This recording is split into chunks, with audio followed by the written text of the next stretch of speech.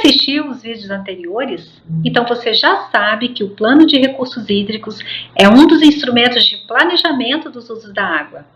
Se você está gostando dos conteúdos, deixe seu like e se inscreva aqui no canal para receber mais informações sobre este tema tão importante. Hoje nós vamos falar sobre o plano de recursos hídricos e como este instrumento pode nortear as ações para o gerenciamento da água.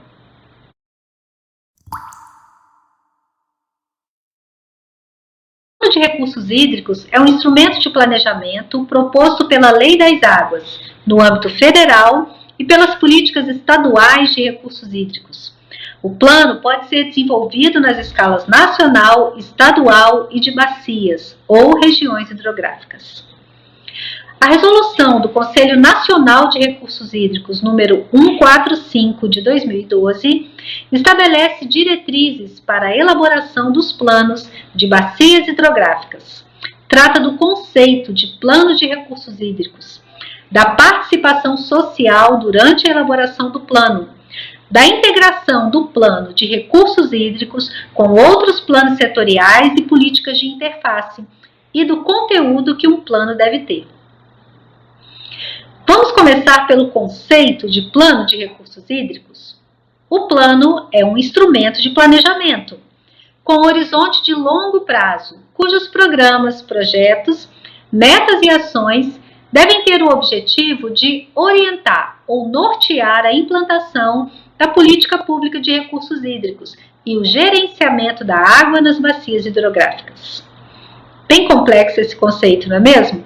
De um modo mais simples, o plano de recursos hídricos é um processo de planejamento, no qual nós conhecemos a realidade atual, fazemos suposições sobre o que poderá acontecer caso a situação permaneça do mesmo jeito e traçamos um plano de ações para resolver os problemas identificados e alcançar os objetivos definidos em um determinado horizonte de tempo.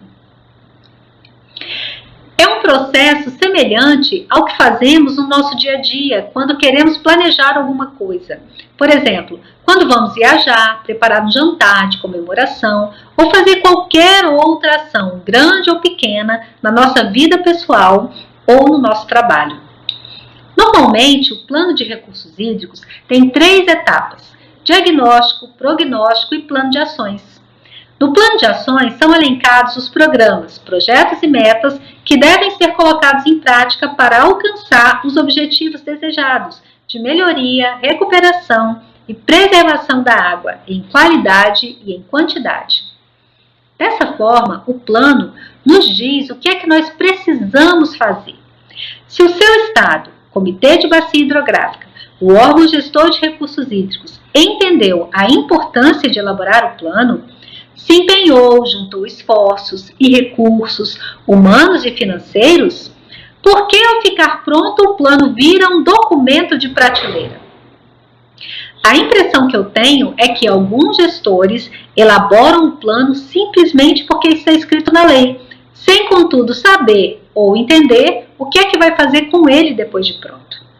Um plano bem elaborado, com envolvimento e participação social qualificada e efetiva, é capaz de nortear as ações a serem colocadas em prática por diversos atores, cuja ação está associada com a gestão das águas, alcançando melhorias reais na qualidade e na disponibilidade dos recursos hídricos. Eu vou dar alguns exemplos para vocês no intuito de mostrar por que os planos podem nortear a gestão da água e se constituem no melhor instrumento de gestão para fazer isso. Eu já trabalhei na elaboração de diversos planos de recursos hídricos. Nos planos nos quais eu trabalhei, existem 4 eixos de ações, nos planos de ações. Um primeiro eixo é chamado de governança do sistema de gerenciamento de recursos hídricos. Este eixo contém programas, metas e ações que visam o fortalecimento institucional dos entes do sistema de gestão. Ações como capacitação, organização documental, mobilização, comunicação social, revisão e normalização de regulamentos. Este eixo tem como responsáveis o órgão gestor de recursos hídricos, os governos federal, estadual e municipal, os comitês de bacias hidrográficas, os conselhos de recursos hídricos, as secretarias de meio ambiente, as organizações da sociedade civil, instituições de ensino e escolas, entre outras, a depender do tipo de programa que foi desenvolvido. Um segundo eixo é chamado de governabilidade dos recursos hídricos. Este eixo possui programas que tratam da aplicação e do aperfeiçoamento no funcionamento dos instrumentos de gestão. Instrumentos como a outorga, o sistema de informações, a cobrança pelo uso da água e a própria implantação das ações dispostas nos planos e nos programas de efetivação do enquadramento. O principal responsável por colocar em prática as ações e os programas deste eixo é o órgão gestor de recursos hídricos, com o envolvimento e o apoio de outros entes do sistema de gestão. Um terceiro eixo é chamado de gestão dos recursos hídricos.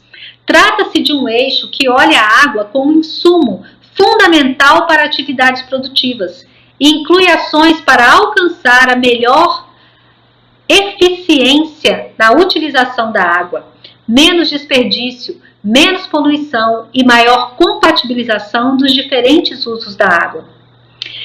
Este eixo tem como responsáveis os usuários da água, tais como irrigantes, empresas e concessionários de abastecimento público, indústrias que utilizam a água no seu processo produtivo e os governos municipais, que são responsáveis pelo saneamento, incluindo o abastecimento humano e a coleta e tratamento de esgotos.